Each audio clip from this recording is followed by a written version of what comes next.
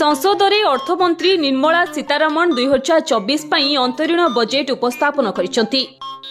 एही अवसर रे अर्थमंत्री संसद को उद्बोधन देई कहिसंती 2047 सुधा भारत एक विकसित राष्ट्र हेबो।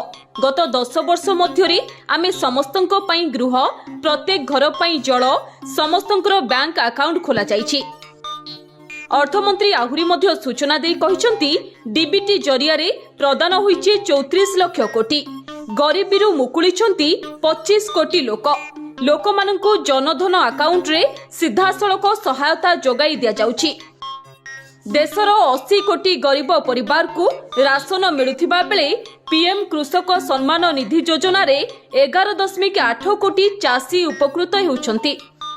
सेहिभली 7टी आईआईटी, 16टी ट्रिपल आईटी, 7टी आईआईएम प्रतिष्ठा होईछि। 13टी एम्स और 390 विश्वविद्यालय प्रतिष्ठा करा जाईछि। 5 वर्ष रे आउ 2 कोटी पक्का घर जोगाई दिया जिबाकू लक्ष्य रखा जाईछि। सेहिभली आयुष्मान भारत रे शामिल हेबे सबु आशा और अंगनवाड़ी। 9 रु 14 वर्ष बालिकांकू मागणा रे टीका दिया जिवो। युवकों पई 1 लाख कोटी अर्थ मंजूर लक्ष्य रखा जाईछि। घर पिछा आय 50% बढ़िछि। टैक्स सेवी यूथ स्कीम रे कम सुधरे ऋण प्रदान करा जिवो।